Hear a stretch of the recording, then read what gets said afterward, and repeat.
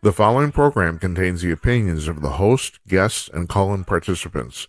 These do not necessarily represent the views of this show's distributors or sponsors. This program may contain obscene, profane, or otherwise objectionable language. Viewer discretion is advised.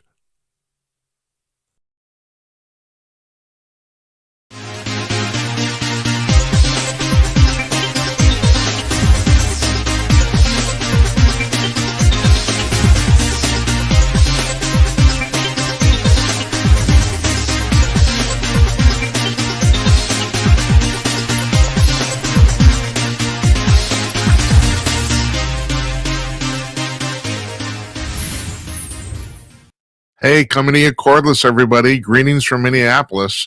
It's Monday. No, it's Thursday. It's Thursday night. What the hell? Seriously, could I do this? You know, I used to be really, really slick at this. Nope, not anymore.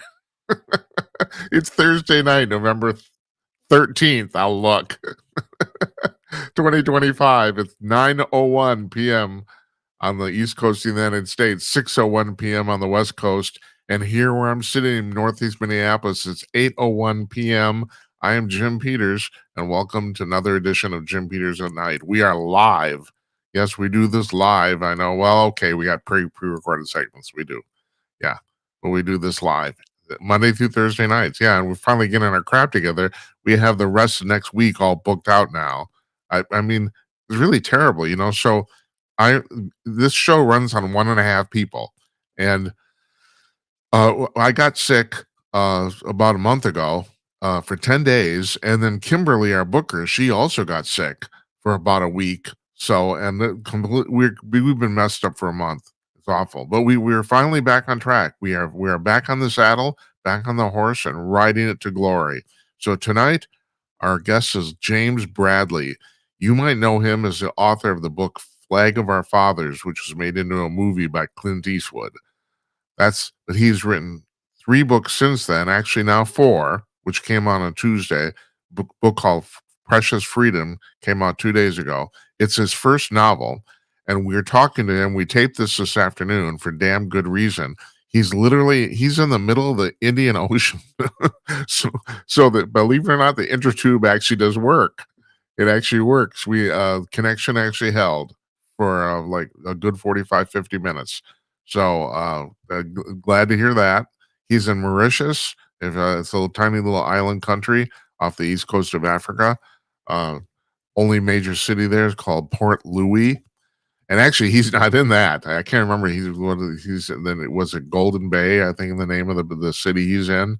But at any rate, this is a fascinating conversation. Seriously, stick around and listen to this because Bradley, he writes books on military history. Like I said, this is a novel, and he explains why this one's a novel and the others weren't. And he went to Vietnam and lived there for 10 years to write this book.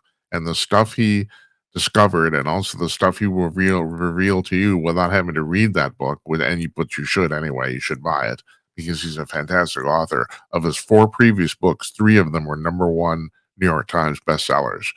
And so, and our hats off to Kimberly for booking this guy. I mean, we do kind of have it going on here. Now, after the interview, our old friend and regular caller Think is going to be calling in from upstate New York because he is actually Vietnamese and he lived there during the war, and he's going to talk about his reaction to what Mr. Bradley said. He's not heard this yet until we're broadcasting it right now. So we're going to talk to him a little bit afterwards. And that's our show. We got a big bang up show. Now, next week, we have a big bunch of bang up shows too. On Monday, I want to make sure I get the dates right here. Excuse me. I got a little outline. I write a little outline. Yeah, it's really cute. I don't use the little heart dots on the eyes, though. I don't do that. On Monday, Don Zoro's joining us. That's the 17th, Monday the 17th. Our old friend Don Zoro, intelligence operative, and he wrote me today. He texted me to confirm his appearance, and he said, "Yeah, it's too bad there's nothing to talk about."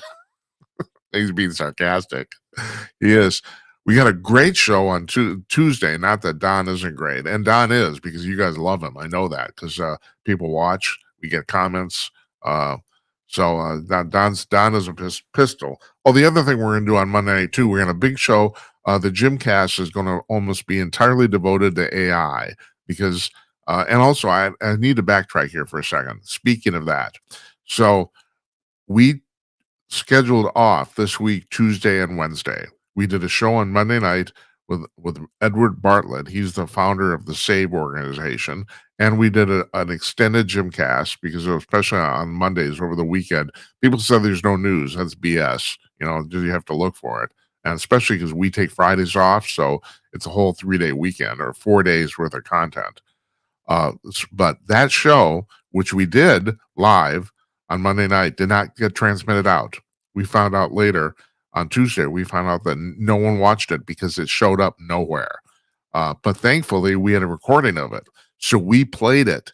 I redid the introduction and we played the show over again last night. We sent it out last night and I know it did work. I checked.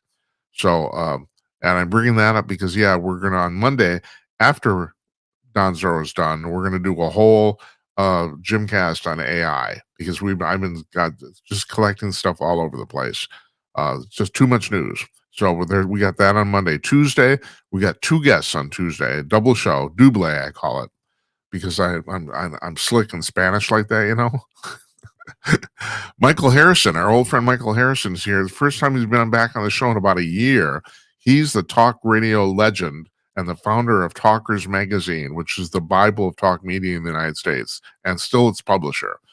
So great. And the other thing he is, which is the reason it's coming on, is he is also one of the singers for the band Gun Hill Road. And I don't know if any of you remember this, but that band goes back 50 years to the 1970s. It was one of what they called a psychedelic rock band back then. And they're still playing. And the amazing thing is now Michael has found a niche for them, especially kind of coincides with his own niche. And that is it's hard to, I will just be blunt about this. They do bumper music for talk radio networks and talk radio radio shows.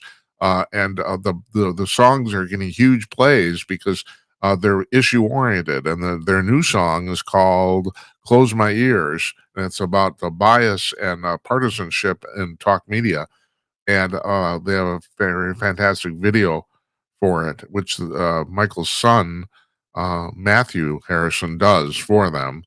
He does their music videos, and so we're gonna play the video and talk to Michael. We haven't talked to him for a while, so I'll be interested to hear his thoughts on a whole bunch of stuff.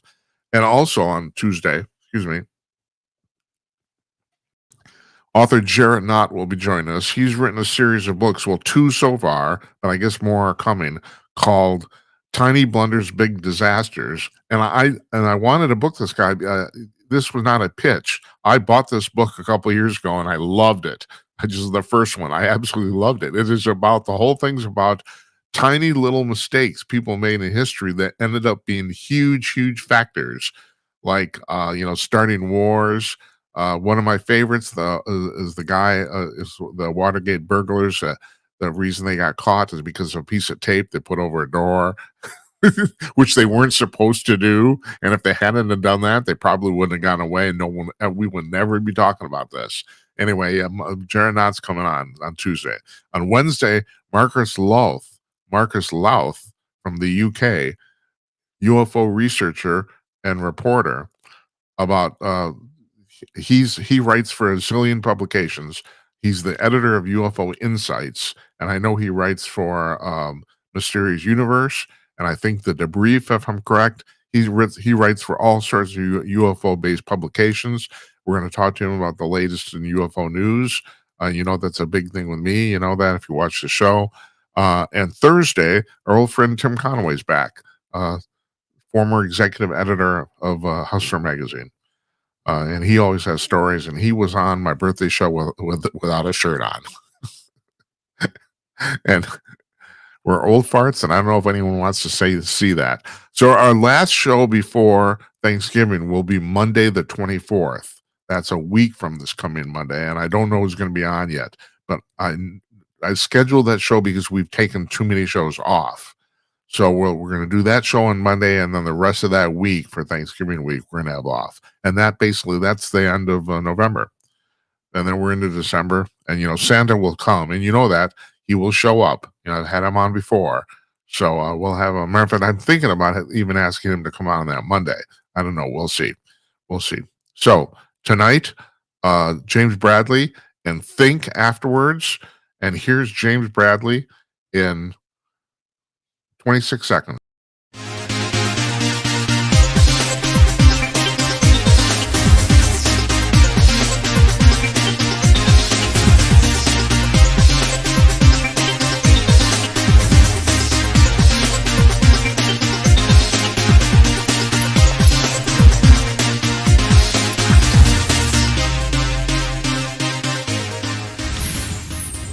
Joining us from his home office in Grand Bay, Mauritius, on the other side of the world, in the middle of the Indian Ocean, author James Bradley. James, thanks for joining us. Really appreciate it. Good to be here, Jim. Why are you living in Mauritius? I have been living on islands for decades. Jamaica, Fire Island. I wrote a book from Con Dao Island in Vietnam. I lived in Hawaii, New Zealand, Taiwan. I lived on the islands between Taiwan and China. So I've been living on islands, and I covered the Pacific in 5 books, and then now we're going to the Indo-Pacific, and I'm in the Indo-Pacific. Yeah. And are you generally moving to the places you're writing about, more or less, or? Yeah, I like I say, I did 30 years in the Pacific. I went to school in Japan, and then my 5 books have been about the Pacific Rim. Everything from Teddy Roosevelt in the Philippines to Franklin Roosevelt in Pearl Harbor, and my dad. I think people know me from Flags of Our Fathers. Yeah. I wrote about my father in Flags of Our Fathers. Clint Eastwood and Steven Spielberg did the movie. And so, I don't know if you really look at Iwo Jima, it was a Pacific island. So I've been doing Pacific Islands for 5 books. And yet you're from Antigo, Wisconsin, right? I am from Antigo, Wisconsin, but I grew up on Bass Lake. And I grew up looking at a lake and camping on an island. So my dream when Flipper came on as a show, it was like, wow, Florida's year-round Bass Lake. Uh-huh. So that was my dream, was to live in a swimsuit year-round, and now I'm living my dream. Grand Bay right here, Mauritius, is the size of Bass Lake, Wisconsin. So I haven't really gotten too far in life, Jim. Yeah, well, we're in Minneapolis, and I go through Antigo regularly to go on vacation. So you know how it is. Like out here, it's like quote unquote up north. So we do that sort of thing. Well, I always felt sorry for people from Minnesota. So close to God's country, but not really part of it. Yeah, sure. Thanks. So your father, matter of fact, I'm going to put it up on the screen here. I actually queued it up. Your father, for many years, was thought to be part of this very famous picture that was used to make the war memorial in Washington, D.C. of the raising of the flag on Iwo Jima. Now, I'm actually a little confused about this. Did it turn out that he's actually not in the picture? I know he was involved somehow, but I don't, does it matter? No, it doesn't matter. My dad never said he was in the picture. He was injured. Uh-huh. And the guys who went back to Washington said that John Bradley, my dad, Doc Bradley, was in the picture. And the reason they did, we now know, is because the rope that held the flag to the pole was my dad's rope. My dad was a corpsman, so he had rope to lower the injured guys down.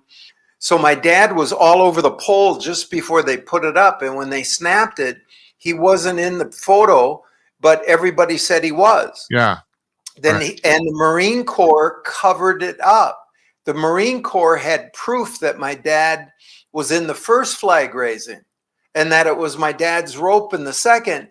And the Marine Corps covered this up and didn't tell the truth until they got found out after my dad died. Is But that if you look at the monument, if you look at President Trump in the White House, he's got the flag raising monument behind him, a model. Well, if you look at the tallest guy on there, that is my dad. My dad posed for that. So the body of the guy in the monument, the acne on his face, that's John Bradley on that monument, the world's tallest bronze monument. uh-huh. So did they cover it up because they wanted a good story? Nothing more?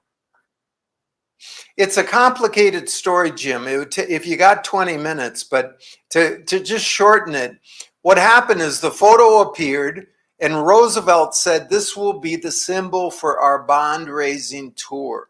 They raised 50% of the United States budget on that bond tour, a fantastic sum. And the Marines identified the guys wrong, but once they did it, they had to stick with it because they had told the president and told the press. Right. So they told Ira Hayes to shut up when he identified somebody else. And he, there's a long story, and part of it is told in the movie and my book. It's too long of a story to get into, but the Marines basically were like, this is what we told the president, everybody shut up, and they froze in place. Yeah. And then, they thought this would all be forgotten. It was just a photo. They'll go on a bond tour, but it has gone on to become the #1 most reproduced photo in history. If you go to Kenya, the national monument in Kenya is 6 Africans raising the flag. Uh-huh. This is a model for everything. But my latest book, Precious Freedom, comes off of that. See, my dad fought with the Marines on Iwo Jima, and then my son, my brother Steve, in 1967 went into the Marines. Well, my dad's Marines won on Iwo Jima. My brother's Marines lost in Vietnam, and I never knew why. And the narrative in America is, well, we could have won if only the press, or if only LBJ, or if only so I went to Vietnam and I said, I caddied for Vince Lombardi. And with Vince Lombardi, it was win or lose. Yeah. We always beat Minnesota. We didn't have to worry about that. Right. But it was win or lose. So I go to Vietnam and I said, you guys won. How did you win? So that's the core of this book, Precious Freedom. Jim, I'm the only author who's in 50 years who went to Vietnam and asked the winners, how did you win? Well, all right. So without giving away too much of the book or anything, what's the short answer to that? How did they win? The narrative is that we lost. We could have won, but we screwed it up. No. We didn't win one day of that war. That's a myth. What we said is, body count. We killed 200 of them and only 50 of us died. We won. No. Ho Chi Minh told his people, they're going to kill 10 times more of us than we kill of them, but they're going to lose. Ho Chi Minh said it might last 20 years. See, they beat the Mongols, they beat the Chinese, they beat the Japanese, they beat the French, and then the Americans came in. And it was just like they were the Green Bay Packers of military. The #1 winningest general of the 20th century. Ask an American. MacArthur, Eisenhower. No, it's a Vietnamese general, General Giap. They had a strategy called People's War, and they knew how to beat the invader, 100%. America had no chance. And it wasn't the quality of our fighting men. Our veterans got blamed. Oh, you guys didn't win. No. The Vietnamese admire the American fighting man. They really have empathy for him. But they say the United States government put him in a bad position. Well, there was no way America could win in Vietnam. I was just about to ask you about that. Was it a political screw up? Is that basically what it was? I mean, we didn't have the political will to do it? No, see, that's the narrative that we could have won. No, we could have nuked them. We could have had political will. We could have doubled the troop strength. We could have doubled the helicopters. and Vietnam would have won. We didn't lose. See, this is like the Ice Bowl with Vince Lombardi and the Yeah. Dallas Cowboys. We don't write books about how the Dallas Cowboys lost. Yeah. We Right. don't say, well, the Dallas Cowboys. We say Vince won that game. Bart Starr lived 3 doors down from me at Bass Lake. You know, he won the Ice Bowl. Well, Ho Chi Minh won the war. They had a plan, Jim. And we went in, little Asians with sandals, and we got aircraft carriers, high tech. And Ho Chi Minh, for example, Jim, if you do what I did and read about 250 books on the Vietnam War written by Americans, almost everyone has a helicopter on the cover. That was the sign of strength in Vietnam. The helicopter was the classic thing, right? Uh-huh. Well, I went to Vietnam, and the Vietnamese said, "Oh, Mr. Bradley, thank God for the helicopter." And I'm like, "What do you mean?" And they said, "Our skies were empty. And then a plane would come and drop a bomb to create a landing zone."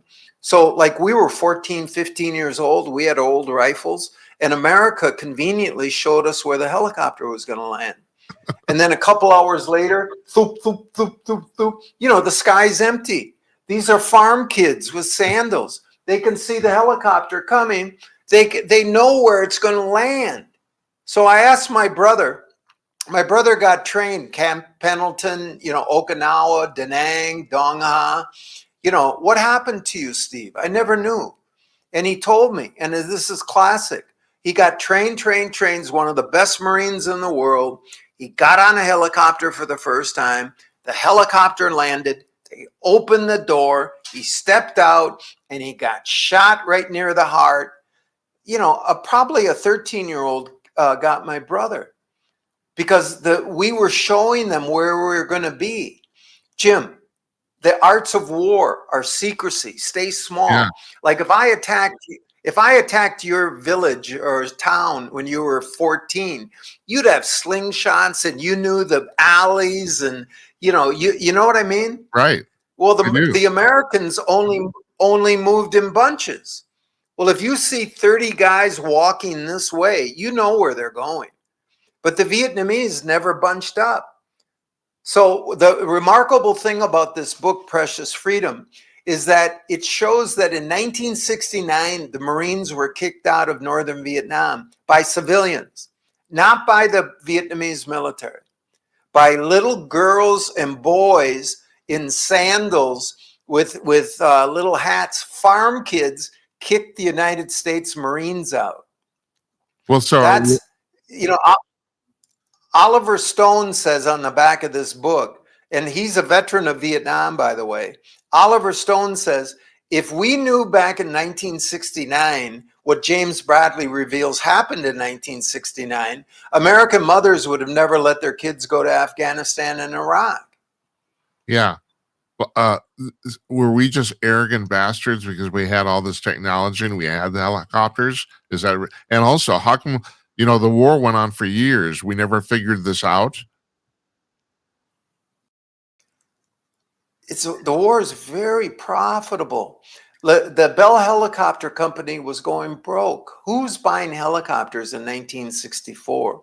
All of a sudden, there's Vietnam. Right. And guess what? Lady Bird Johnson had major stock in the Bell Helicopter Company. Lockheed. You ever hear of Lockheed? Of course. Just look at their stock with the Vietnam War. The Vietnam, everyone, oh, it's a tragedy. It was a tragedy, but it was a profit center. Yeah. So James, my real question is this is your 5th book, but it's your first novel. Why did you decide to do something in fiction?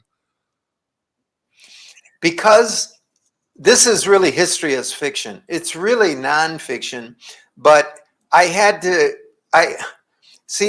stories from here and there, and Vietnam's a long country. And Iwo Jima's small, right? Everybody just went boom, boom, boom for 1 month. Right. Well, in Vietnam, it was a 30-year war. It started with Truman. Yeah. So I had to just take some characters and put them together. But if you read the book, it's really nonfiction. Everything that the characters do in this book came from interviews. I spent 10 years not researching, but in Vietnam. I spent almost 15 years on the book, but I spent 10 years. I lived next to the biggest prison in Vietnam, the American prison. Just 2 months ago, I asked a guy from the New York Times who covered Vietnam during that time about the prison. And where is that? He never heard of it. The Uh-huh. largest prison, we were torturing hundreds of political dissidents, America was, and the New York Times still hasn't heard about it. So the cover up on this war is amazing. And you'll see what was revealed in Precious Freedom. So if you don't mind asking about the economics, the personal economics of how this works, you up to this point you've been very successful and your books have been bestsellers. I assume you made a good deal of money. When you moved to Vietnam and decide I'm going to write a book about this, uh, do you have to figure out how long you're going to be there? Do you have to figure out whether the book flops? I mean, do you think of any of this stuff, or do you just think about the mission of writing it? I hitchhiked around the world when I was 21 years old. I had been in 21 countries by the time I was 21, and I self-funded it. I was the number one pots and pans summer salesman, you know? Uh-huh. And the big thing is, see, your listener thinks, oh, that would be expensive to live in Vietnam. Well, my answer is, just a minute. You have a mortgage. You have a car. You have an electrical bill. You need new tires. You know, I didn't have any of that. Yeah. If you cut off all your expenses, and then I could go rent a villa on an island in Vietnam instead of paying a mortgage. So if you'll just cut off your life and have zero expenses and just take that life and move it over to Vietnam, you can live in Vietnam. And I was a speaker, you know, I made money there. I saved my nickels and dimes, and then I wrote 4 bestsellers. And so I had some income. Steven Spielberg made Flags of Our Fathers. But it, you know, I mean, I'll tell you, there were dark days. I thought I was blowing this money. I went like 7, 8 years and I didn't have a book. I didn't know what it was about, Jim, you know, Well, and that's the I reason was I asked. lost. Right, that's the very, very reason I asked. You're there 10 years, and did you start writing the book as nonfiction? Did you make a change somewhere along the line? I mean, I know when you start these things, you can't necessarily, pinpoint the end, you know? That's the reason I asked. Okay, so think of a pearl necklace. So what I did, I would do an interview and then I would polish that pearl. And then they would take me out to where a battle was and I would do the interviews and I would polish that pearl.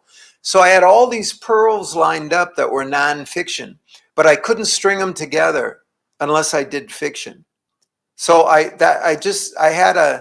got hit by a car in New Zealand. I was lying on my back for 9 months, paralyzed. They thought I'd never walk again. And I was listening to YouTube videos on how to write a book. Well, they don't do books on nonfiction, how to write a book. They just interview novelists. And I'm listening and I get the idea, you know, I've got all those pearls, I got all those stories. And if I just fictionalize it, it'll allow me to put together these stories. So I got out of my bed, and the first day I worked 10 minutes and I had to go back to bed. And the second day I worked 11 minutes and finally came out with this book. That's amazing. Especially, like, what do you when you're laying in bed and they tell you you're not gonna walk again, what do you think? F you? I mean, it's like, how do you deal with that? I broke my neck when I was 19 in an Anigo football. And I was in the Mayo Clinic in Minnesota. So you know what that means. If Yeah. you're 19 years old in the You Mayo busted Clinic, I mean, hold on. James, you busted your neck playing high school football? I should be like Superman, like Yeah, Reeves, who died, you know, in the wheelchair with the. right. So they couldn't figure out why I had a life. I've been in pain all my life, but I've been able to move.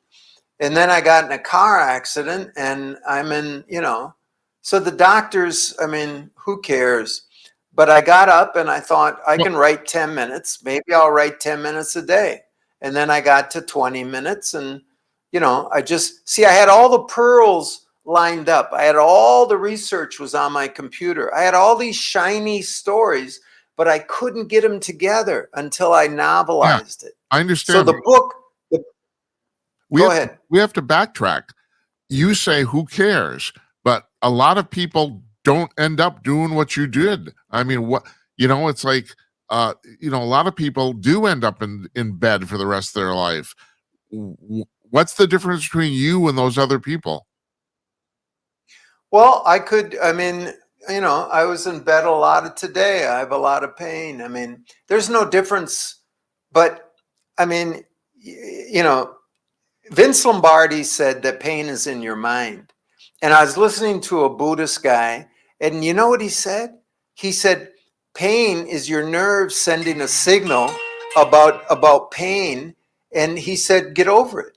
It's just a signal, to your brain. Yeah. And just don't pay attention to it. So Vince Lombardi was right. Pain is in your mind. So did you actually know Vince relatively well? I mean, I know you caddied for him, but I mean, did you actually spend a lot of time talking to him? Well, nobody spent a lot of time talking to Vince Lombardi. He talked to people, He no, Okay. no, he was coach. No, no, no, no, Yeah. no.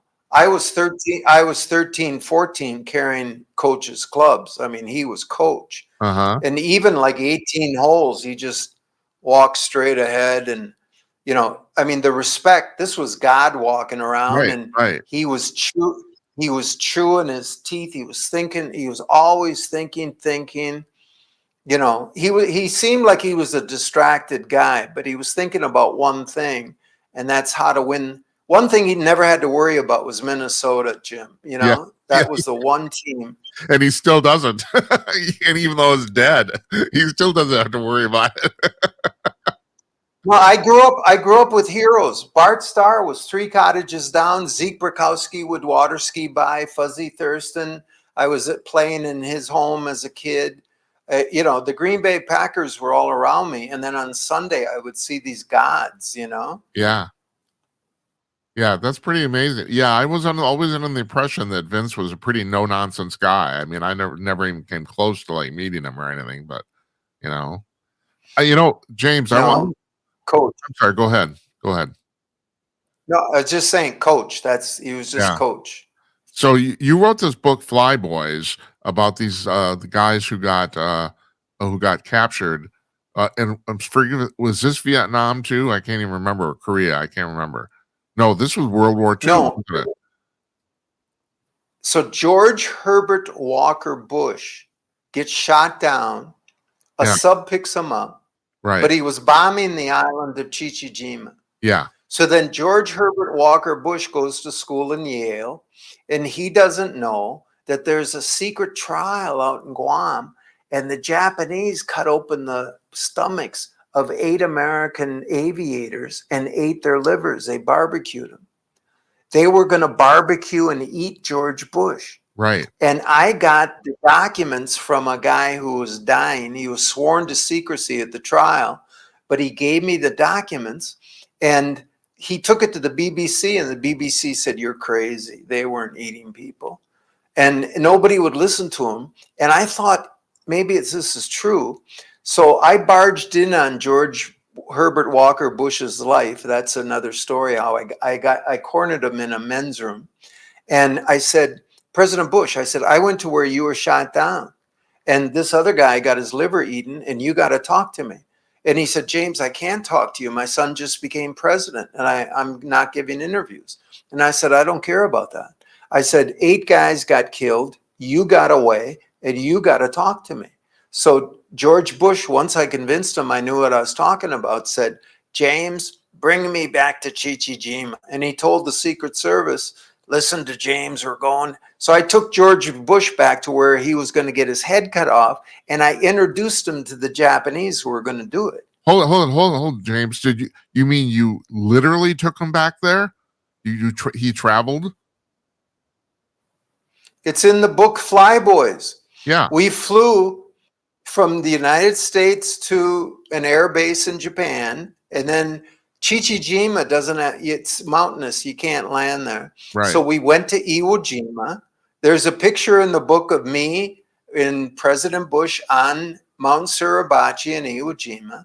And then the Japanese military helicoptered us over to Chichijima, and we got out, and there were some Japanese soldiers I had pre-positioned. And I said, so President Bush, you were bombing these guys trying to kill them, right? And he said, yes. And I said to the Japanese, I said, you shot him down and you were going to cut his head off, right? And they said, yes. And I said, okay, guys, let's have a beer. And they held each other. These guys were, in their 80s. Yeah. George Bush, tears, Yeah. hugging the Japanese who were going to kill him. The Yeah. Japanese hugging, Bush is like 8 feet tall, The Right. Japanese are hugging him. And these vets are crying. You really realize what war is about. They hated each other when they were 21. And then when they're 81, they're hugging each other and crying. Yeah. They Well, were going to kill each other.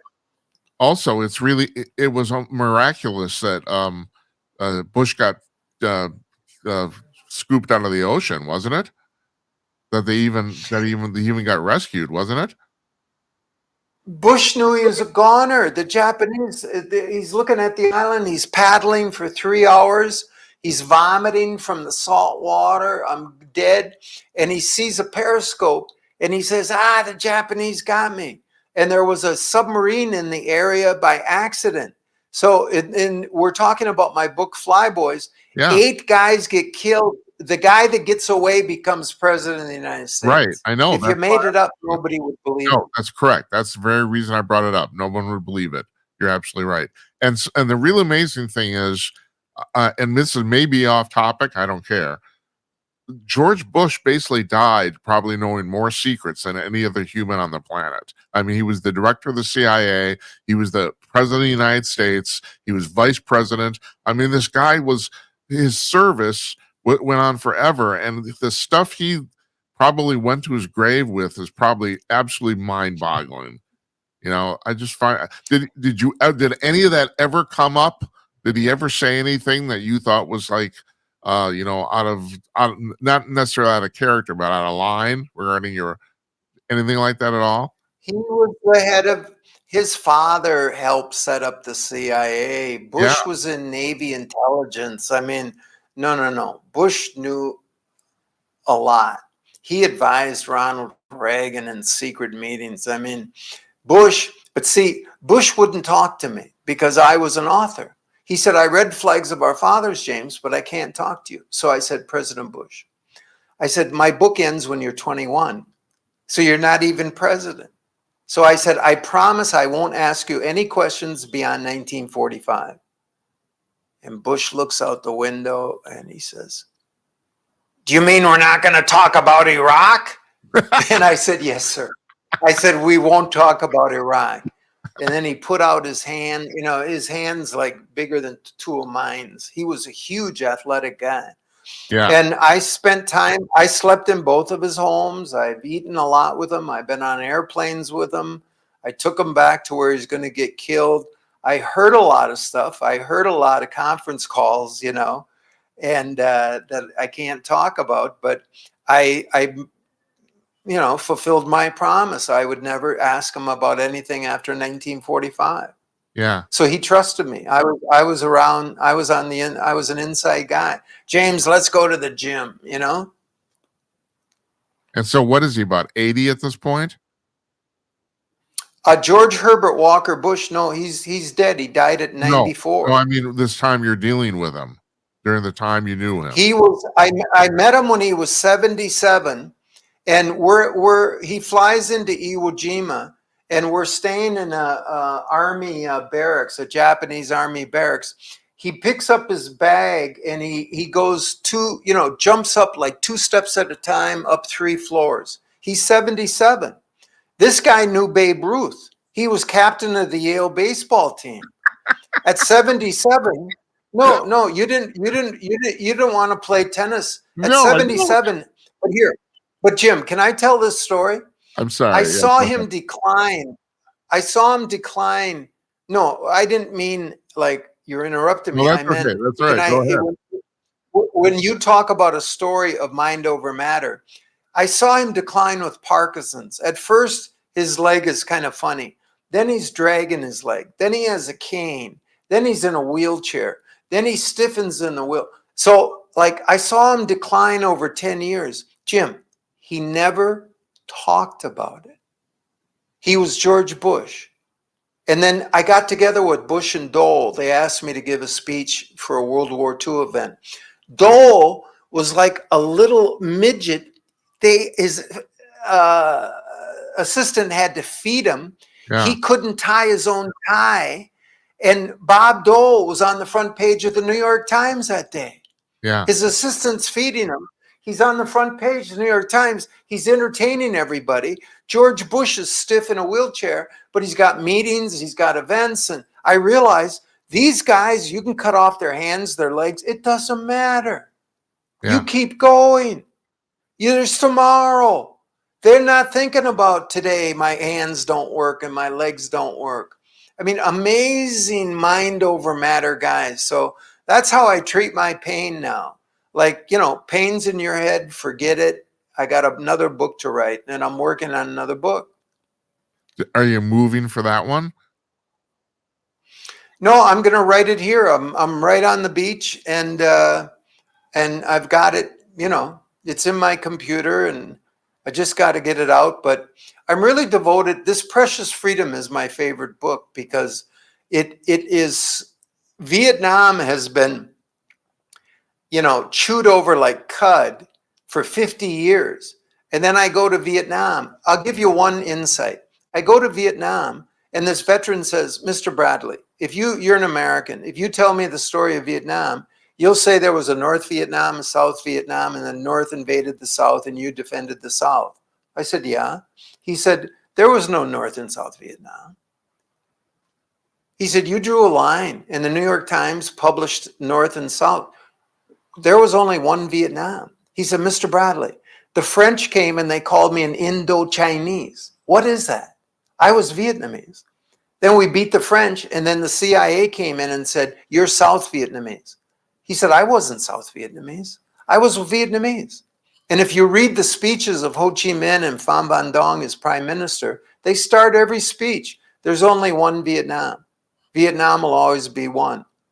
There were not two. Walter Cronkite, North Vietnamese forces invaded the South. That was all bullshit. That was Western bullshit. That never happened. I never got a Vietnamese to talk to me about communism. They weren't fighting for, we don't say capitalist forces today, George Washington and the capitalist forces at Valley Forge were fighting for capital. You don't fight for capitalism. You fight for your mother's house. We invaded Vietnam and the Vietnamese, that's the name of the book, Precious Freedom. Ho Chi Minh made it a moral case. He said, there's nothing more precious than freedom. So Vietnam had a moral goal, freedom. America didn't know what they were fighting for. That's not the soldiers and Marines. That's our leaders. Right. They couldn't define what Ho Chi Minh defined it really narrowly. Yeah, they killed your mother. They burnt down your house. They're shooting you, but you got to keep going because nothing is more precious than freedom. That's why this book is Precious Freedom. They were fighting just like George Washington for freedom. So James, well, let me run a counter scenario past you. So you're talking about Ho Chi Minh, on how he perfectly defined this. Then you go to World War II, where the Japanese emperor also perfectly defined what they were doing, and he turned out to be wrong.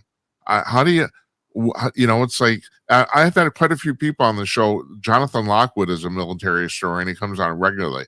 We've talked about this several times about a thing I find fascinating about the end of the war, dropping the bombs on Hiroshima and Nagasaki, is, and very few people knew this, we only had 2 bombs, So we assumed, okay, they used 1 bomb in the test at Trinity. We had 2 left, and the Americans assumed after we dropped the bomb on Hiroshima that the Japanese would give up, and the Japanese basically gave us a finger and said, fuck you, no, we're not giving up. And so then we dropped the second one, and the thing is, if they had said the same thing again, we had nothing. And no one thinks about that. Okay. But I covered that in my book, Flyboys, about the bombing. But let's get back to the definition of what they're fighting for. And you Yeah, said the right. emperor defined it. Yeah, Okay, no, just a minute. Ho Chi Minh was within his nation. He said, when the Americans come in your front yard, fight for your front yard. I was from Wisconsin. If you invaded me from Minnesota, I would fight for my front yard. I'd fight for my backyard, my basement, my mother's kitchen. So if Ho Chi Minh invaded Minnesota, he would have lost. The emperor of Japan invaded China and all these different countries. You can't invade other countries and win. Bill or Jim, the American military hasn't won anything in 80 years because they're invading Afghanistan. I went to Afghanistan. Go to Afghanistan. I lived in Iran. You can't beat people who are fighting for their basements, for their homes. Okay? yeah, We never invaded Japan. Japan gave up because it was an island and we cut it off with submarines and bombing. Where Japan lost it was that they overextended themselves in China. Where American empire is losing it is we have 1,000 bases around the world. If the American military was in the United States defending the borders, that's different. Ho Chi Minh has the largest, Vietnam today has the largest military in the world if you count reserves. They don't invade other countries, so they don't lose. They're only defending their own borders. So if the American military was defending our own borders, we'd be fine. But we have 1,000 bases around the world and we're interfering with other people's front yards.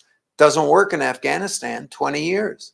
Didn't work in Vietnam. That was a 30-year war, Bill, in Vietnam right, from right. 1945 to 1975. So Yeah, I want to make this point, and I make it in the book. One of the characters says, "Oh, I guess you're saying Ho Chi Minh's a genius." And he's saying, no. He said, if Ho Chi Minh, and the character's from Minnesota, he says, if Ho Chi Minh invaded Minnesota, Minnesota would beat the bejeebers out of Ho Chi Minh because he's trying to do the impossible. What Ho Chi Minh said, he didn't say, let's invade these other countries and make them Vietnamese. right. You're not going to make the Minnesota people eat noodles and eat with chopsticks. But Americans think if you send the military to Vietnam, everybody's going to want to eat with a fork and potatoes and meatloaf. And no. So the American military is trying to do things that they can't do. And they've proven it 80 years in a row of losses. And it's not the military's fault. It's the Obamas and the Bushes and that are sending them overseas. Hey, James, is this the fault of civilian leadership in U.S. military? Just the fact that by design we have civilians running the military? Is that part of the problem?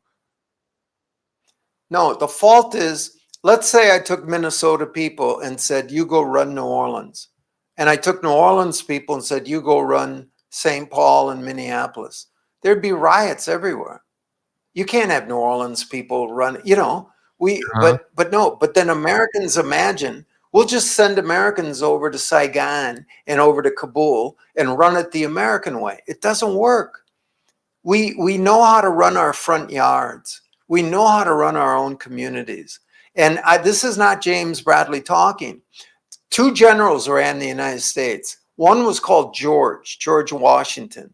And in his final message, this is not one message, but his final speech, he says, don't get involved with other countries. That will be the downfall of the United States.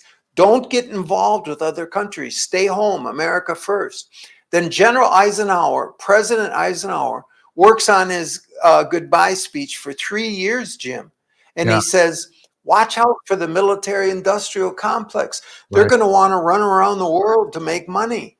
So those 2 guys, those 2 generals, they warned about, don't do this. And then we shot John Kennedy. John Kennedy said, we're not going into Vietnam.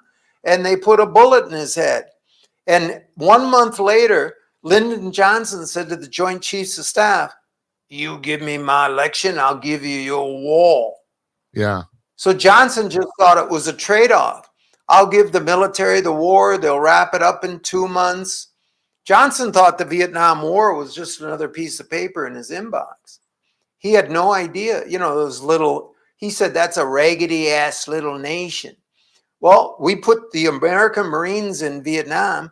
30% of the casualties were immediately from bamboo. Uh-huh. Guys' ankles splintered. Think of a leg splintering, and it's bamboo. Toothless grandmothers were whittling the bamboo, and little 13-year-old kids were putting the bamboo in the dirt. U.S. Marines were being beat by teenagers with bamboo, 30% casualties. But this is because they're defending their homes, Jim. And there's nothing more precious and freedom than the name of the book. James, have you ever looked or given any thought or looked into what happened to Johnson personally? I mean, it seems like the war, like personally decimated him. Is that true? Or do you have any thoughts on that at all? What decimated him was his involvement in the killing of John F. Kennedy. And his law firm had to cover him with psychologists. And those files are still locked up in that law firm. You can look at it. Johnson felt guilt over what he did to John F. Kennedy. And then Doris Kearns Goodwin with little short miniskirts goes down and is sleeping in Johnson's house and is still covering up for him today. No, Johnson didn't care about the 3 million people he killed over there. He only cared about his reputation, that he had to resign because it didn't work out.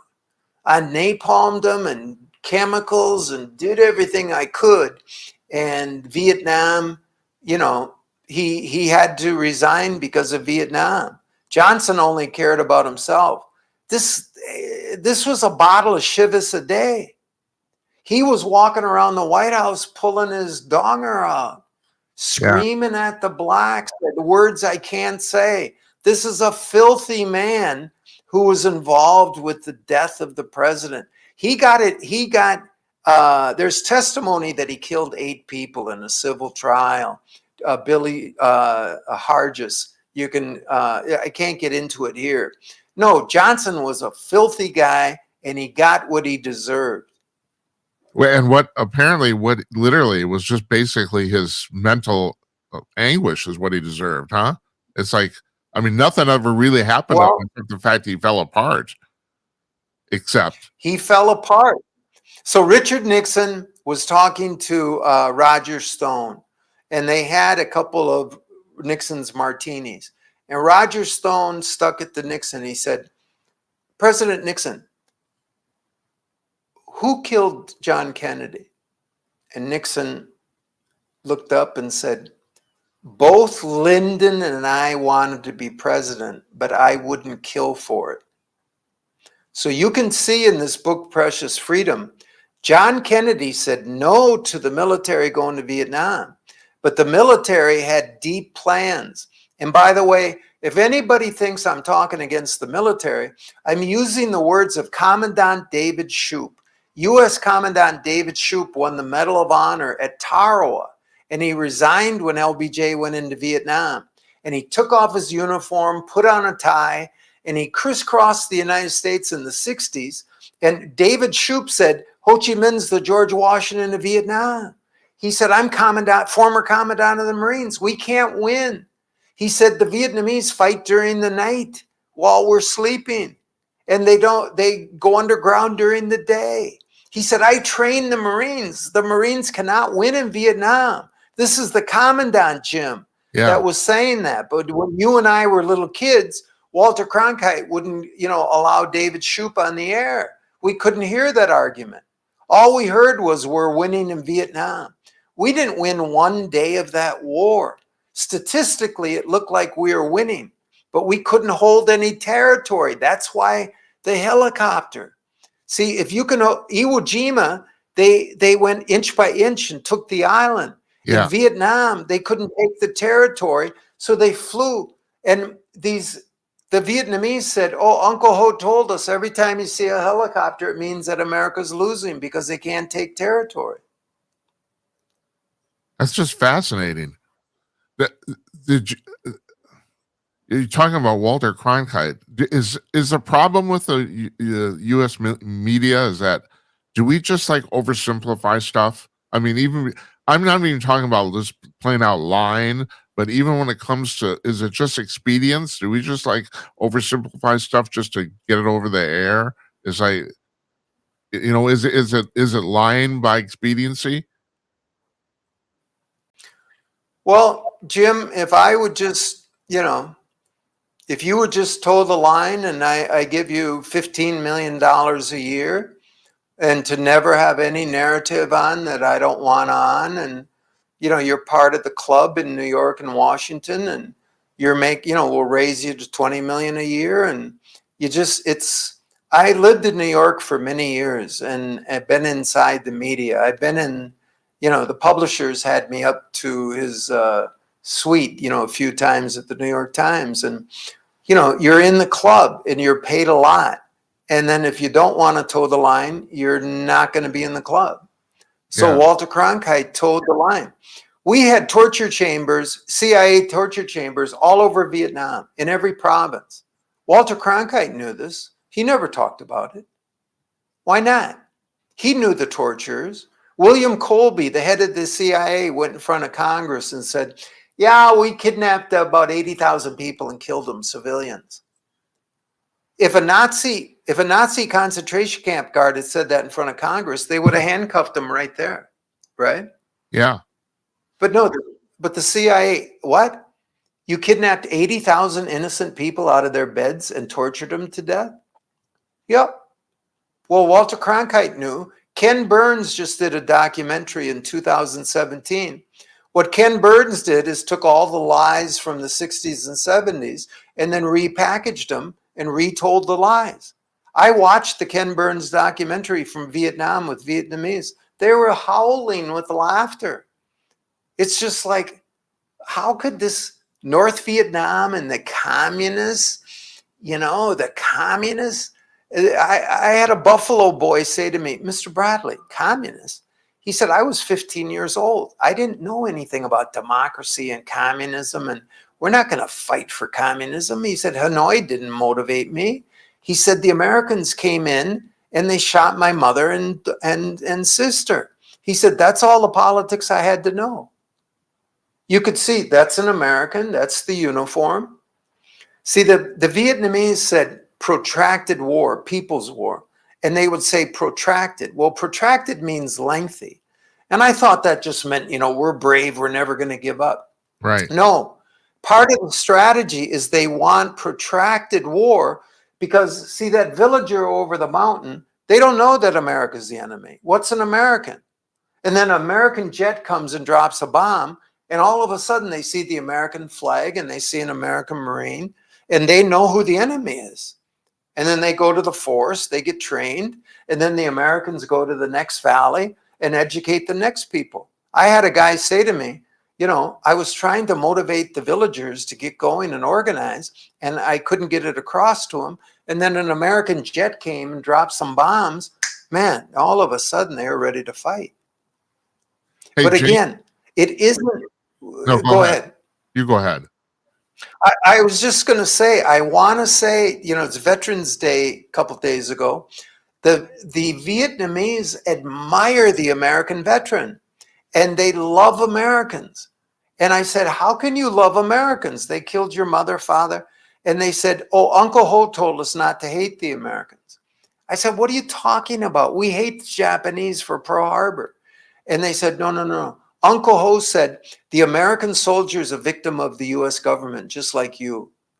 He said, you have to have empathy. The American soldier doesn't want to be here fighting. It's the U.S. government that's lying and making him fight. He said, you got to shoot him to get him out of here, but we don't hate the Americans. And the Americans are the #1 most beloved people foreigners in Vietnam. I'll say to any Americans, go to Vietnam. They're growing by 8% a year. The streets are clean. There's no homeless. I know. And they love Americans. Yes, I know that's true. I know you're right. They do. But here's my question: if Ken Burns is towing the party line and you're not, how are you? Are you having trouble getting your books out? I mean, it's like, Or Of do you, course. Of course, he's on government propaganda. See, yes, the Chinese say to me, Mr. Bradley, the difference between us and Americans is that we know that our media is controlled. Americans imagine that their media is PBS, public broadcast, BBC, British broad. These are government controlled channels. that's right. So Ken Burns is on PBS. Who is Ken Burns' sponsor? Bank of America. Yeah, this is all American propaganda. Yeah. But the No, thing, no, it, you and I know that, but a lot go of the ahead. public hasn't figured it out, you know?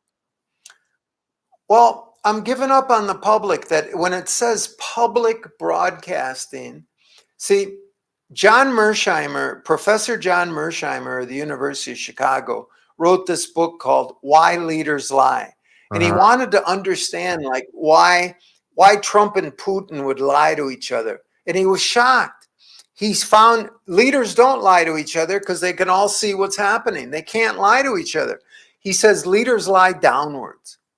He said the problem is not the leadership, it's that people believe the leaders. So Americans are looking up, oh, Ken Burns, PBS must be telling the truth. And it's a bunch of laughable garbage. Yeah, well, there was, I call it the Project Nightingale effect. I mean, we know for a fact that 50 years ago, the CIA literally paid journalists to lie. I assume it's still happening, but they're not paying you, but you're getting your books out. Although I did read a really interesting statistic. Now you had to go through 27 publishers before Flags of Our Fathers was published. Is that true? Yeah, in the back of this book, Precious Freedom, at the end, I give some encouragement to writers. Flags of Our Fathers, I got 27 letters from 27 publishers over 2 years. My wife was flat on the bed crying face down. I had a friend fly in from Chicago. I was living in New York, take me out to lunch. I said, "Hi, Peter." It was an intervention. "James, you had 28, at this point, he said, you had 18 publishers turn you down. The publishers know more than you, James. Why don't you give it up?" You know what I mean? Yeah. So, Well, here's another. I've used this story a lot. I mean, J.K. Rowling went through 40, I think it was 43 publishers before anyone published her book. And literally, that first Harry Potter book is the single biggest selling book in human history, other than the Bible.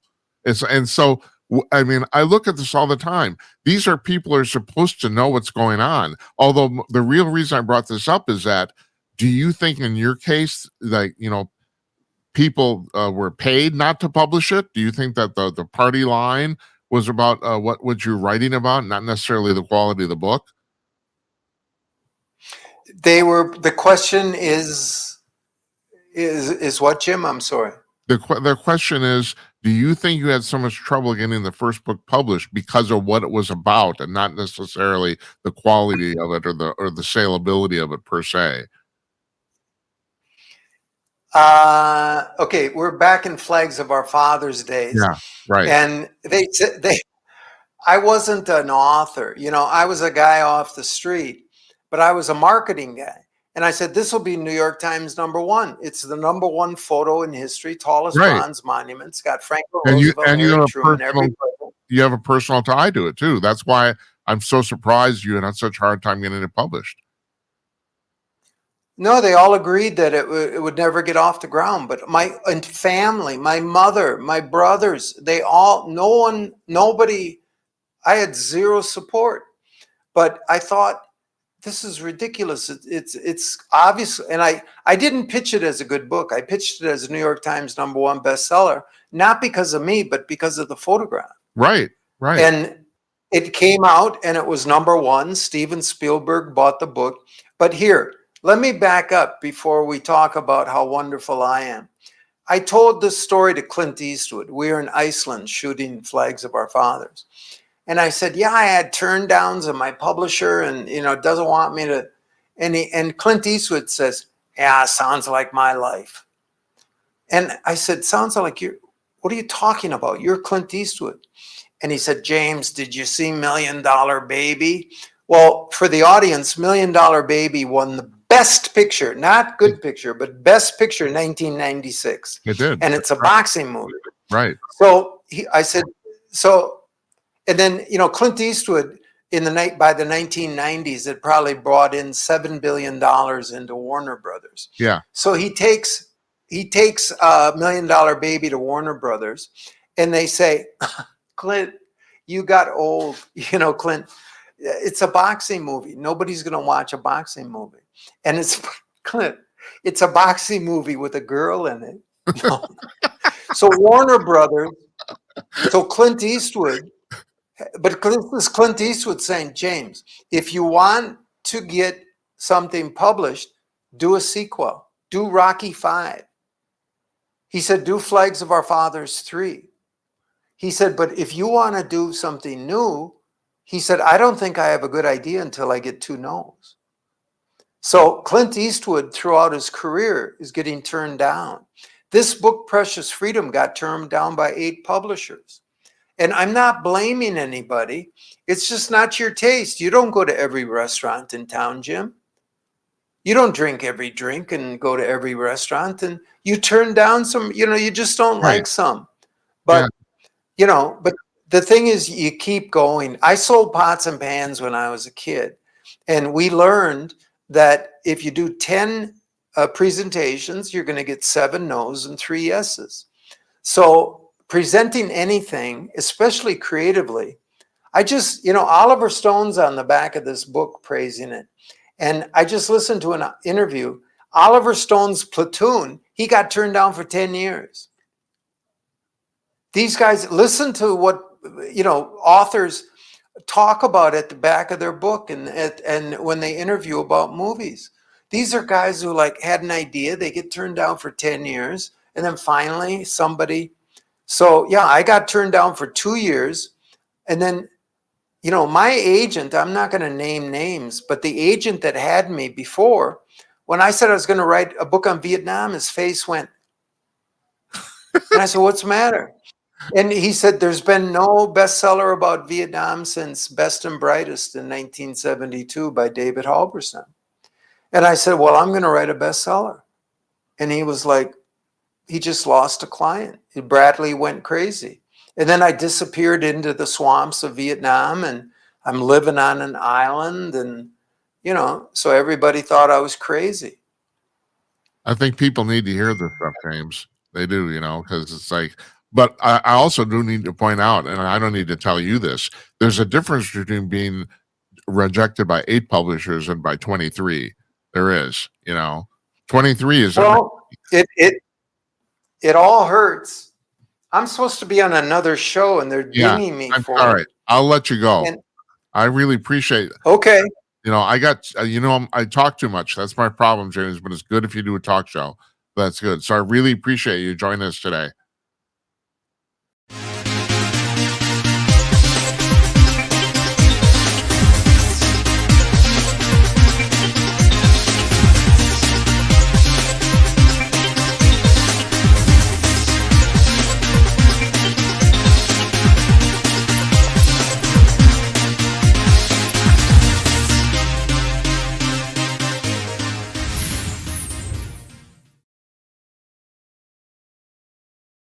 Manage your callers from the call-in studio web interface.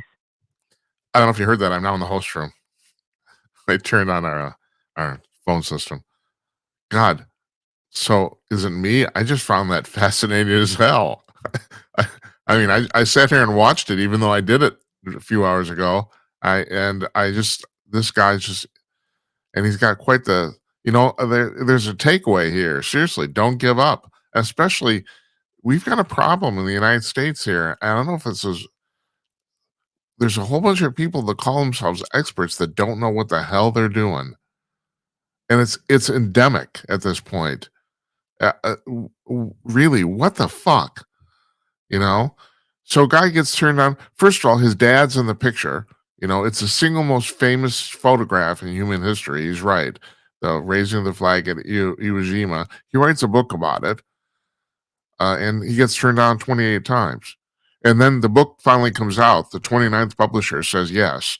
Book comes out, it's instant number one bestseller. Bought for a movie. Movie's a huge success. And all of a sudden he's a writer, But what do you I was talking to a friend of mine after we filmed the interview this afternoon. I called a friend of mine that we've been having this conversation for like several years about the fact that the best example, as I brought up during the talk with James, is J.K. Rowling. This woman was turned down by every major publisher on the planet, and finally, a small publisher from the United States, Scholastica, that had never published a novel before, ever. They publish children's educational literature. That it's literally like Dick and Jane books. Decided to take a flyer on this, and it is literally the biggest selling book in human history. And 47 some odd people who are supposed to be hired specifically to find books turned it down. What do you say about stuff like that? It's like that. Well, they were all wrong, and they're supposed to be experts. I'm putting them on. This is Think. Think, are you there? Yep, this is me. I wasn't sure if I'm cutting off your rant about the No.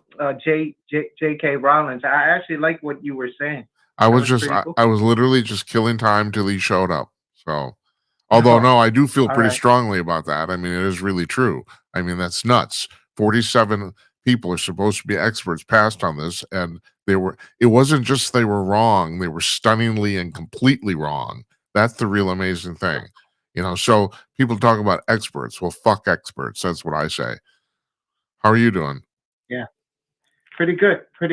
Hey, I like what James had said about he took 10 minutes every day when he was I think he said he had back surgery, Yeah. or something like that, and he was in the hospital, and he took 10 minutes every day to do something. Yeah. So I went to college for art, and ever since I graduated, I just couldn't do it anymore. I just don't like drawing. I think it was the figure drawing classes I had where I was spending hours a day drawing the human anatomy down to the muscle. I had to know the muscle, the name of the muscle, the bone, and everything, and it killed me. And for the longest time, I wouldn't draw again. But these days, for the past like 3 or 4 years, I've been doing it again, and it's because I only spend 10 minutes a day. Oh, interesting. And Huh. it got me moving again. So this is what I heard, that if you spend 10 minutes a day, every day, doing something, that you will be better than 75% of the world. Yeah. It's just like, yeah. And that's all it takes, 10 minutes a day. And then I don't do 10 minutes a day now. I do hours a day, but that's how I got started, just like 10 minutes. And just not taking it so seriously. Like it's just make it fun again. And I think that 10 minutes was what did it. And I like hearing him say that. I thought that was really cool. It seems like. Go ahead. I'm sorry. Go ahead. I didn't mean to cut you off. Go ahead. No, I got. No, go ahead. All right, I will. I went to music school and studied with a guy named Alfred Reed. Who may not be that well known to the public, but he was literally next to J.S. Bach, the most published composer in human history. The guy had hundreds and hundreds of pieces under his belt, and he only wrote music 1 hour a day. But he said he did it every single day, never missed a day, 7 days a week, ever. He wrote 1 hour a day. That was it. But he did it like you said, he did it forever. And that's how, and he produced a ridiculous output of music doing that. Yeah, I think that's the trick. Just to do little by little. I think my problem before was that I kept thinking about the final piece, and I wanted to do that final piece in that one session that I would draw or whatever, did video or whatever. I wanted to finish it in one session, but I never could. And then so I'll spend 8 hours trying to get it done.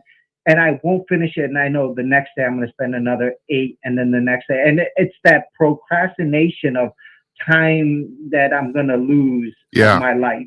8 hours. Yeah. And then it just made me hate it. And that's, It just made me hate. wouldn't you call that dread? Yeah. Is that what that is? Yeah. Yeah. It eventually just killed me. And it didn't make it fun anymore. I felt like it was more like work, and there was no well, what is it, like a inspiration. There was no impulse.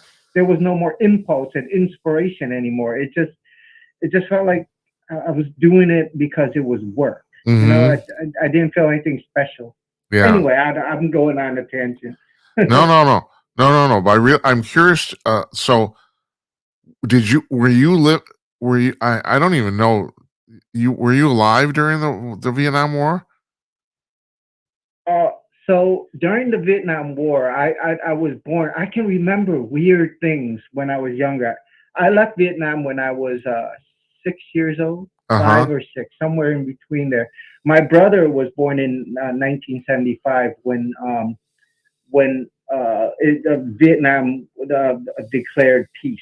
Yeah. That's when the U.S. left Vietnam, Right. and that's when my brother was born, and we left not too much long afterwards. My whole family was fighting for the South. My dad was part of the Navy SEALs. Well, someone told me that my dad was not a Navy SEAL, like a natural Navy SEAL, but he was more like a translator for them. Like he'll follow them around and help translate every time they would interact with a village or something like that. That's what somebody told me. But I'll tell you, I live with my dad. I hate the guy. I'll punch him in the face if I see him.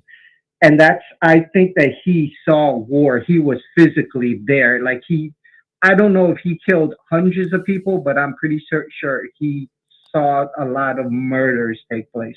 And he was probably part of something like that.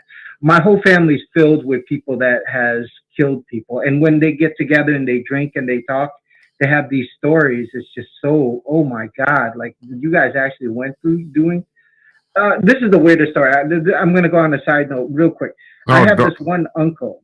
Yeah. I have this one uncle that claims every time he gets drunk, he'll say he killed 1,000 Viet Cong. He was one of those guys that he'll lay down on this long gun, is what he says, and then someone else would feed the bullets. So it's him holding the gun, pulling the trigger, another person just sliding the row of bullets into the gun, and he'll shoot into the woods. And he says he kills 1,000, but I'm pretty sure he didn't. I think he exaggerated, but I'm positive he killed 1, maybe 2.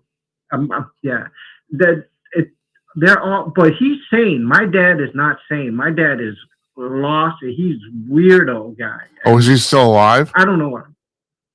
My dad, yeah. He won't be if I see him. I'm sorry. I'm over exaggerating. I'm really over exaggerating. I don't like my dad, but I won't kill him. Yeah. It's just I don't like him. He's always in survival mode. Yeah. Think. Did you buy James Bradley's theory that as far as the Vietnamese were concerned, there was no North and South? Was that true from what you remember or no? I heard him say that. But I don't. He did more research than I did. I lived in Vietnam. After college, I did go back to Vietnam, and I got to tell you, there was a division. It's almost like how here in America there's a black and white. The South people actually call Northern people Bac, B-A-C, which means Northern Vietnamese. And in the North, they'll call Vietnamese people from the South Minh Thai.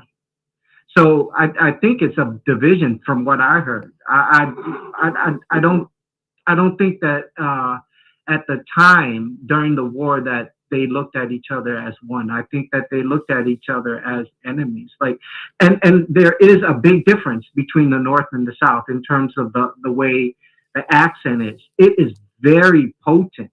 more potent than a person from New York City and a person from Louisiana. You know, the accents are super different, right? Yeah. From a Louisiana, yeah, it's even worse than that. You could tell right away that through a person's accent that they're from the north and they're from the south. So there is a division, and I think that they hated each other. I know that my dad and my whole family hates Northern Vietnamese people. They make fun of them every time they get together and drink. They make fun of their accents, and they say that things about them, like they'll mock them and say that they're really cheap and they're really evil people. Yeah. That's what my thing. Did you did you buy at that time? I mean, okay, you're a little kid, so I don't know if you're aware, but um, about what Bradley was saying about the fact that there was also no real recognition of communism versus capitalism. Do you think that was true too? I gotta tell you, that was another thing. I kind of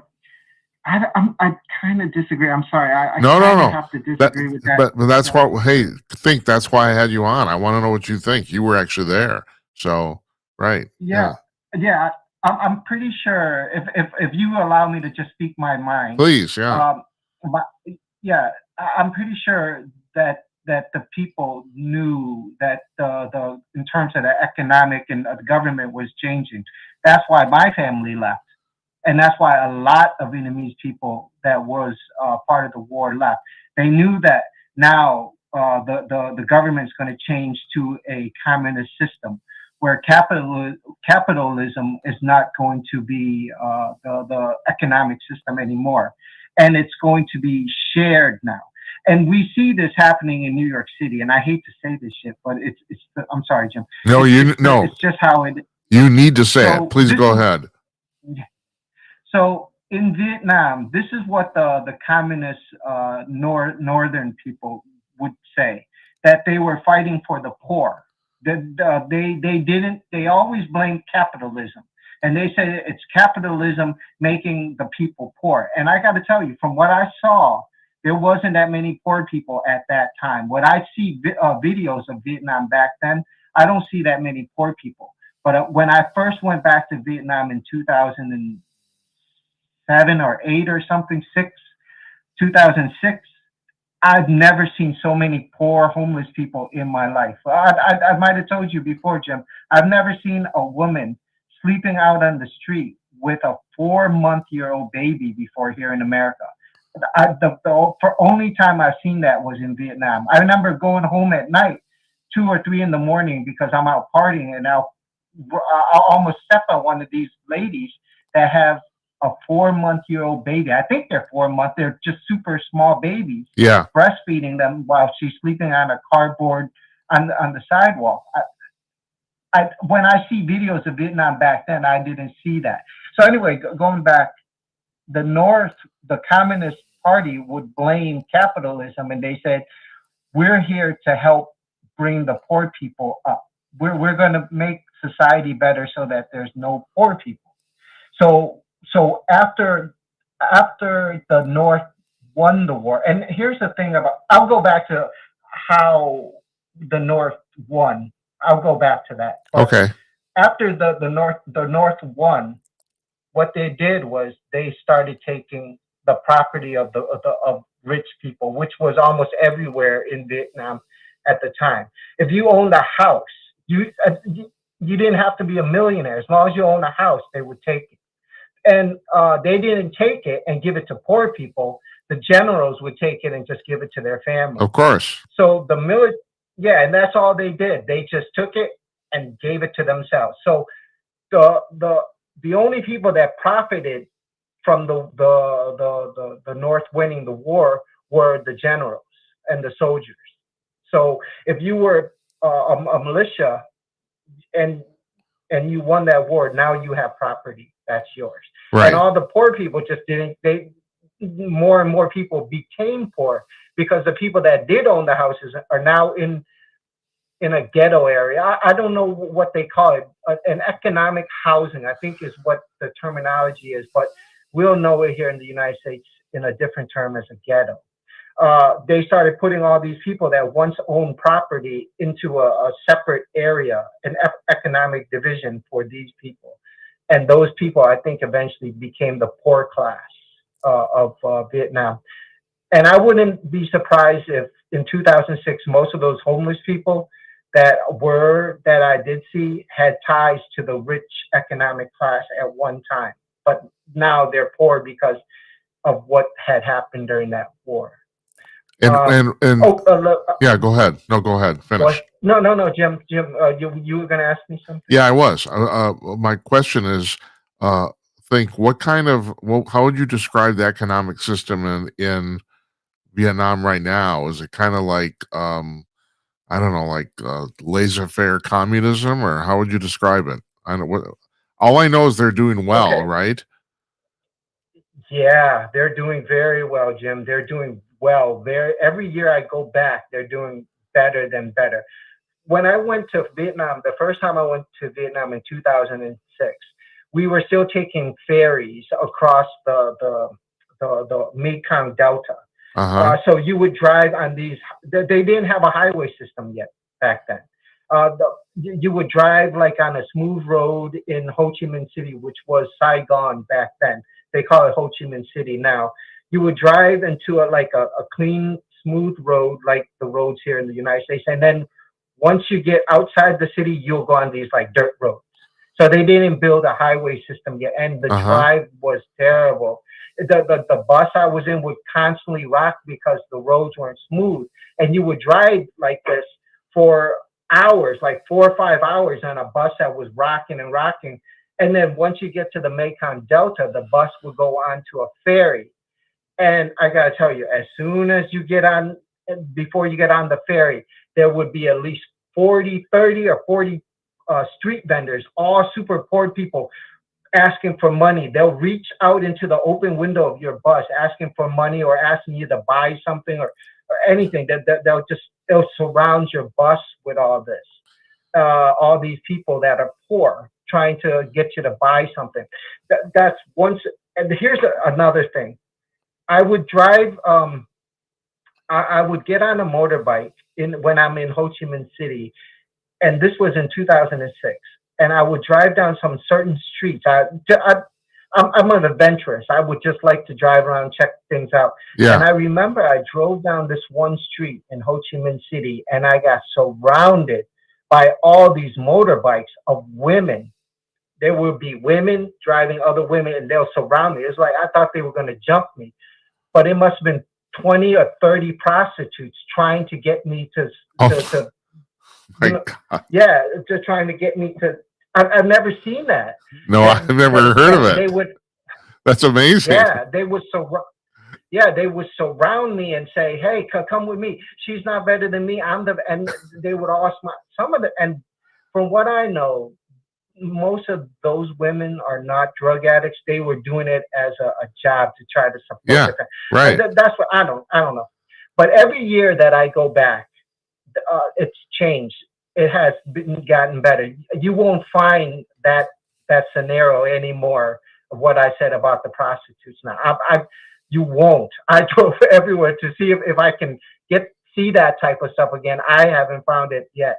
I think the government has cracked down on that and stopped it, so that's gone. From what I know, there might be a hidden spot, but I drove all. I don't see that. The highway system is much better now. There's no ferry, and all those people that jumped up on the bus and tried to get you to buy things. I don't see those people anymore. It's rare to see those type of people. Prices has gone up, but there's still a huge homeless community, but I think it's getting less and less. And from what I know, this is from actual research, Vietnam's economy is growing so fast, and they're saying it's better in terms of growth than Japan. Yeah, so no, I've heard Vietnam that too. Going, I've heard that same thing, that they're absolutely, it's just leaps and bounds, that it's going just gangbusters is what I've heard. Yeah, every time. So I'm a field engineer. I work in the technology field, and I got to tell you, I install equipment like servers, POS systems, and routers. And I gotta tell you, I don't know how many times I see made in Vietnam on these products. I see it so much now, made in Vietnam, made in Vietnam. I, I, I don't. I think it has something to do with quality. I would like to think that, but I don't know what it is. I just know that the economy in Vietnam is good, and from what I see in terms of production, that it is kind of true. That is kind of true. So Jim, this is what I was. no. Go ahead, You Jim. know, You you were go going to ahead. answer. You go ahead. You had a thought there. Go Uh, ahead. Yeah. Okay. So when I went to college here, I had a teacher that told me this, that the reason why the United States lost that war, lost the Vietnam War, was because here in America, so many people were drugged out.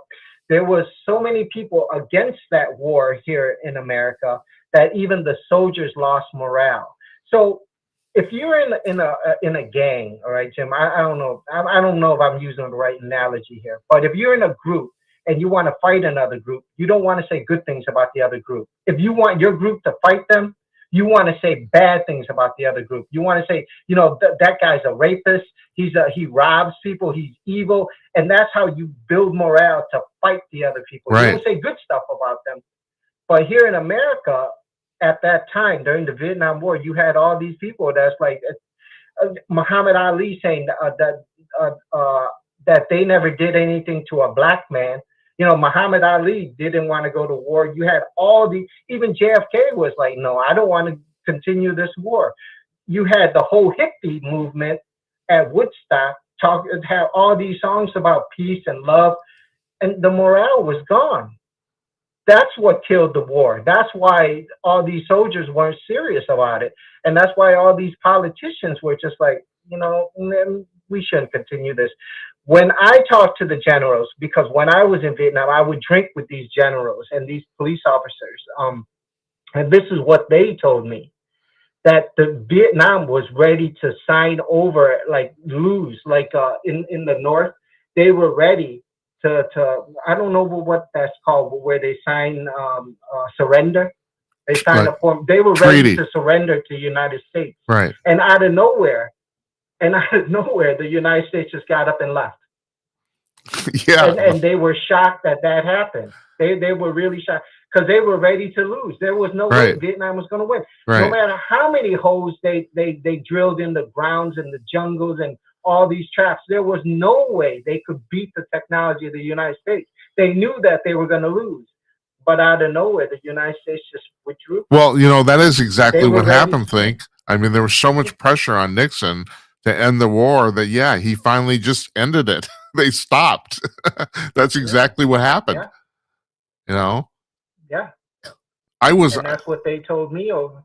I, Go I, ahead, Tim. I was, eligible for the draft the last year, and I did not get called. But I mean, so I was around 18. I still remember distinctly. Yeah, the war just ended because, and you used the phrase morale. I would have used the phrase motivation or the word motivation. You're right. No, they weren't. The troops weren't motivated because you're right. Everybody was in America. We had all just gone soft. You know, it's like, yeah, peace, love, blah blah blah, kumbaya. That's right. It makes a lot of sense to me. There's no way a country like Vietnam would have beaten the United States. I'm not saying that the Vietnamese people weren't dedicated and Right. like they weren't. They didn't. They loved their country and they would fight to the end. A lot of them would, but it wasn't enough. What? I think that the United States, if they just kept going, they would have surrendered, and that's what the people there told me. And when I was there in Vietnam, and Yeah. I'm telling you this through the generals.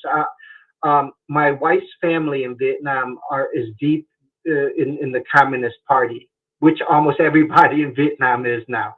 Everybody has a picture of Ho Chi Minh in their house that they offer blessings to. Now Ho Chi Minh is like their hero. And so, my wife's family in Vietnam is part of the like all kinds of government stuff. And when I would drink and hang out with them, that's what these older people would tell me, that it was just they were just days away from surrender. Like the North was ready to surrender, just a couple of days. That's all it took. And out of nowhere, the United States just gave up. Uh-huh. It's just crazy like that. Well. But Think mhm. Go so ahead, Jim. what exactly Mhm. kind of are the communists in Vietnam still dominant, or what is it just a communist party, or what is the actual economic system? How come they're doing so well? Do you know? So this is what the Vietnam has adapted a capitalist economic system, but it's ran by a one-party communist government. Right. So in 2006, when I first went to Vietnam, almost every restaurant and business had the same name. Because it's a like a that's a real free market. There's no DBA needed. You could have the same name. You could just open whatever business, and that's what it was. It's almost all these businesses have the same name. A lot of them didn't even have a name. They just opened up a shop and then just had coffee tables, and then you just sat down and drank. There's no name. But every year, from 2006 to now, there's been rules and regulations, like here in the United States, where they have to have a DBA or an LLC or something Right. to open up a business, and they need to. They're starting to have rules and regulations in terms of health. You can't just be a street vendor without properly having proper sanitation, that type of stuff, being cleansy. And they're building that type of stuff up. And I think it's that type of stuff that has allowed Vietnam to move up in terms of economic status. McDonald's is in Vietnam. That was a huge shock. I think McDonald's came into Vietnam in like 2016 or 15 or something. When I saw McDonald's there, I was like, oh my God, Vietnam has changed. This is going to be like America now. Before, you wouldn't see a McDonald's. There's Right. Starbucks over there now. It's almost like America, right? Well, the interesting thing about that is like Deng Chongping in China for about 20 years there before Xi Xi President Xi came into power. They were basically running the same thing. They were running capitalism under Communist Party rule, and it was actually working spectacularly. It was the exact same thing. Yeah. It's like, and you could make an argument, and I hate to do it because I don't like communists, that in many ways that might be the best economic system. You have a capitalist system that is run by one party, so no one can disagree. But on the other hand, you can make decisions on a dime. And I mean, I was told by people I knew that lived in China at that time that unless you objected to the government, you could do pretty much anything you wanted. You could start any business. You could do it. The only thing you couldn't do is confront the government. That was it. And 80% of the population was fantastic with this. They were terrific. And for about 20 years there, they were making money hand over fist. And then Xi came in and he decided, like a lot of people, that he needed to control things. So it's kind of interesting how that works, but it doesn't surprise me that system would be working for them at all. It doesn't. Yeah, I think that's an incredible system. I'm not incredible because I know communism is bad. I know that they take from the poor, even though they have this assumption or this intention of trying to help the poor. But anyway, it does work when one person is in total control and telling the society how it should be ran. So there's no argumentative. For example, here in the United States, we have a Democratic Party and a Republican Party, and you see what's going on. They're slowing process. This whole argument between the two has been slowing process down, right? Am Yeah. I okay by saying that? Yeah, of course. Yeah. And So if we, it's always been this way. yeah, We've been this way for 250 years. It's slow and it's messy. yeah, that's right. And especially now that Trump is president, you could see every time Trump wants to do something, the other side is always arguing. I'm telling you, honestly, if Trump tried to pass a drug to cure cancer, it won't be passed right away because the other side is going to consistently argue against it. No, you can't do. Yeah. Yeah. And it's slowing a lot of progress down. Yeah, that's very true.